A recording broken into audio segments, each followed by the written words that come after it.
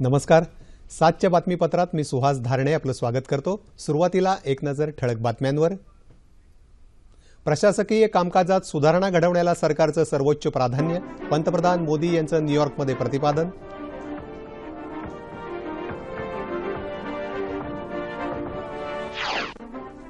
सिंहस्थ कुंभमेळ्यातील अखेरची पर्वणी आज त्र्यंबकेश्वरमध्ये शिस्तीनं साजरी. कैलास मानसरोवरातलं पाणी कुशावर्तात अर्पण.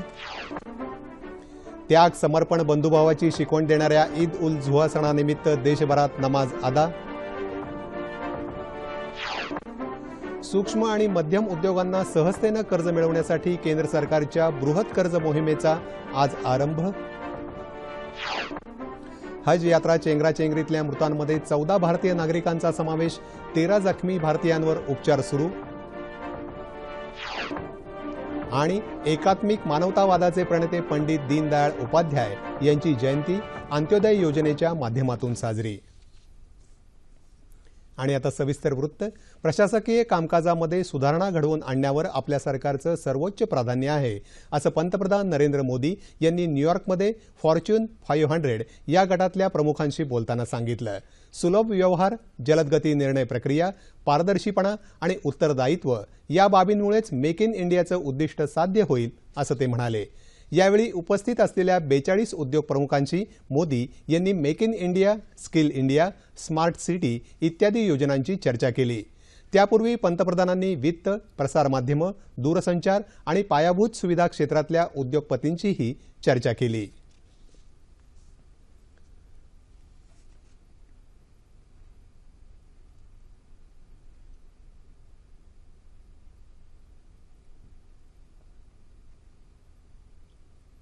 सिंहस्थ कुंभमेळ्यातली शाही स्नानाची अखेरची पर्वणी आज त्र्यंबकेश्वर इथं शिस्तीत साजरी झाली.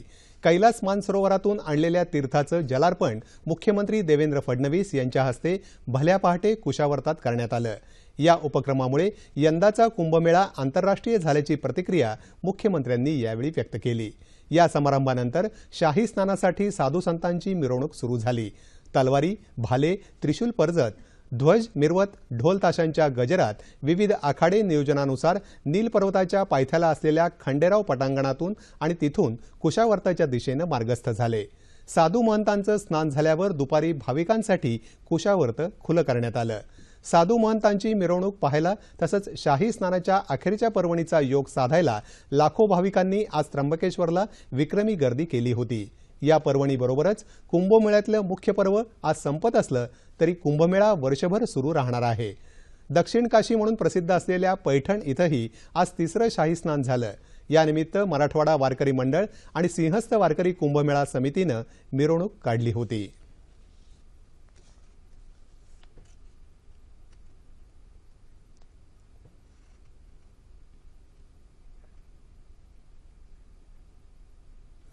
त्यागाची शिकवण देणारा ईद उल झुहा हा सण आज राज्यासह देशभरात पारंपरिक हर्षोल्लासात साजरा केला जात आहे.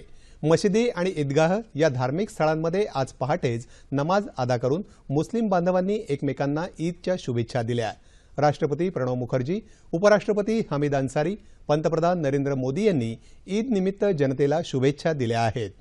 हा सण देशातल्या सर्व धर्मांना आणि समुदायांना एकत्र आणून एकतेची भावना वृद्धिंगत करो, असं राष्ट्रपतींनी आपल्या शुभेच्छा संदेशात म्हटलं आहे.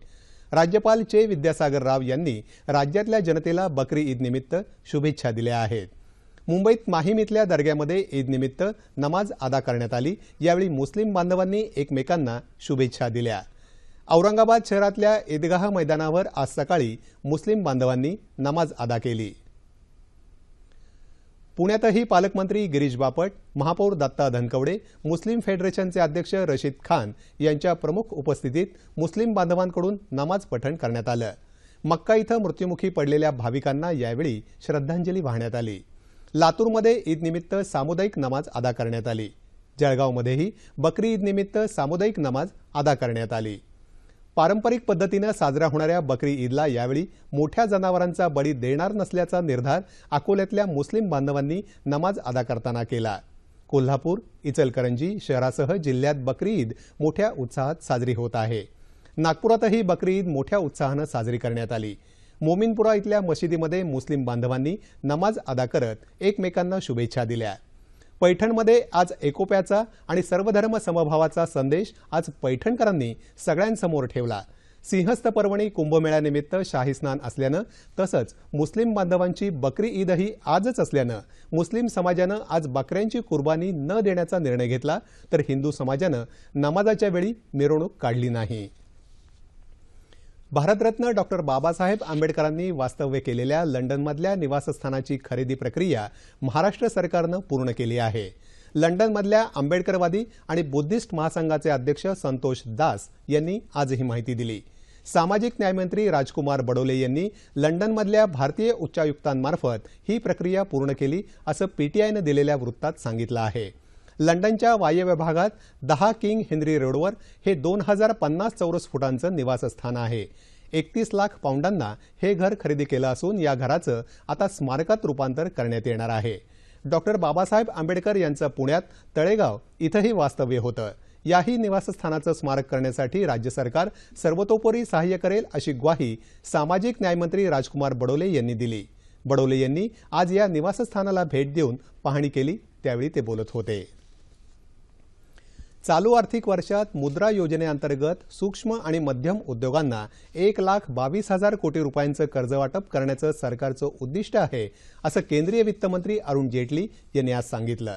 पंजाब नॅशनल बँकेतर्फे नवी दिल्लीत आयोजित कार्यक्रमात आज त्यांच्या हस्ते या बृहत कर्ज मोहिमेचा आरंभ झाला। आतापर्यंत देशभरात सुमारे 37 लाख छोट्या उद्योगांना 24,000 कोटी रुपयांचं कर्जवाटप झालं असल्याची माहिती त्यांनी यावेळी दिली। छोट्या उद्योगांना सुलभपणे कर्ज उपलब्ध व्हावं या दृष्टीनं देशभरात येत्या 2 ऑक्टोबरपर्यंत ही मोहीम सुरू असेल। हज यात्रेदरम्यान काल मीना इथं झालेल्या चेंगराचेंगरीत मृत्यू पावलेल्या भाविकांमध्ये 14 भारतीयांचा समावेश आहे। या दुर्घटनेत जखमी झालेल्या 13 भारतीय नागरिकांवर उपचार सुरू असल्याची माहिती परराष्ट्र व्यवहार मंत्री सुषमा स्वराज यांनी दिली। 717 जणांचा बळी घेणाऱ्या या दुर्घटनेच्या चौकशीचे आदेश सौदी अरेबियाचे राजे सलमान यांनी दिले असून सुरक्षेचा आढावा घेण्याचे निर्देशही दिले आहेत। एकात्मिक मानवतावादाचे लेखक आणि अंत्योदयाचे द्रष्टे दीनदयाळ उपाध्याय यांच्या जयंतीनिमित्त आज नवी दिल्ली इथं झालेल्या कार्यक्रमाला लोकसभेच्या अध्यक्ष सुमित्रा महाजन, केंद्रीय गृहमंत्री राजनाथ सिंग आणि केंद्रीय वित्तमंत्री अरुण जेटली उपस्थित होते। राज्यातही आज यानिमित्त विविध कार्यक्रमांचं आयोजन करण्यात आलं आहे। या वर्षीपासून एकात्म मानवतावादाचे प्रणेते पंडित दीनदयाळ उपाध्याय यांची जयंती अंत्योदय दिवस म्हणून साजरी करण्याचं शासनानं ठरवलं आहे। राज्यपाल चे विद्यासागर राव यांनी राजभवन इथं उपाध्याय यांच्या प्रतिमेला पुष्पहार अर्पण करून आदरांजली वाहिली। राजभवनातले अधिकारी, कर्मचारी तसंच पोलीस कर्मचारी यावेळी मोठ्या संख्येनं उपस्थित होते। विधान भवनातही विधानसभेचे अध्यक्ष हरिभाऊ बागडे आणि शालेय शिक्षण मंत्री विनोद तावडे यांनी उपाध्याय यांच्या प्रतिमेला पुष्पहार अर्पण करून अभिवादन केलं। मुख्यमंत्री देवेंद्र फडणवीस यांनी मंत्रालयात उपाध्याय यांच्या प्रतिमेला पुष्पहार अर्पण करून आदरांजली वाहिली।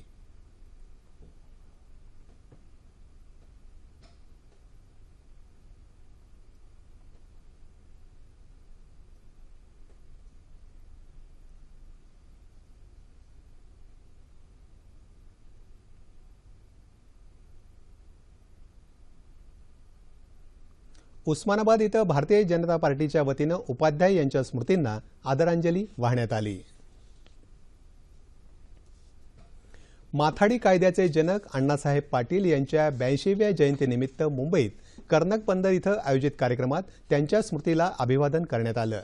माथाडी कायदा संमत व्हावा यासाठी अण्णासाहेबांनी केलेल्या अथक प्रयत्नांमुळेच आज माथाडी कामगार ताठ मानेनं जगत आहे, अशा भावना उपस्थितांनी व्यक्त केल्या। आपल्या लाडक्या नेत्याला वंदन करण्यासाठी माथाडी कामगारांनी या कार्यक्रमाला गर्दी केली होती। कामगार मंत्री प्रकाश मेहता, कामगार नेते विजय कांबळे, मुंबई बँकेचे अध्यक्ष प्रवीण दरेकर, अखिल भारतीय मराठा महासंघाचे अध्यक्ष शशिकांत पवार या प्रसंगी उपस्थित होते। कोल्हापुरात आजपासून राज्यस्तरीय शालेय फुटबॉल स्पर्धेला प्रारंभ झाला। शिवाजी स्टेडियम इथं मान्यवरांच्या उपस्थितीत या स्पर्धेचं उद्घाटन झालं। जिल्हा क्रीडा परिषद आणि जिल्हा क्रीडा अधिकारी यांच्या वतीनं आयोजित करण्यात आलेल्या या स्पर्धेत 24 संघातले 550 खेळाडू सहभागी झाले आहेत। या उद्घाटन सोहळ्याला महापौर वैशाली डकरे, क्रीडा आयुक्त राजाराम माने, आमदार चंद्रदीप नरके यांच्यासह अनेक मान्यवर उपस्थित होते। हवामान येत्या 36 तासात दक्षिण कोकण, दक्षिण मध्य महाराष्ट्र, मराठवाडा आणि विदर्भात तुरळक ठिकाणी मेघगर्जनेसह पाऊस पडेल अशी शक्यता आहे।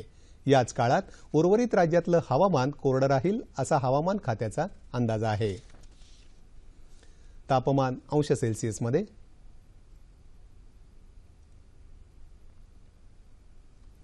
मुंबई कमाल 32, किमान 24, नागपूर 34 आणि 22, पुणे 31 आणि 19, औरंगाबाद 31 आणि 21, नाशिक 29 आणि 19, कोल्हापूर 32 आणि 21, रत्नागिरी 32 आणि 24, सोलापूर 36 आणि 25 आणि अमरावती कमाल 32 आणि किमान 21 अंश सेल्सिअस।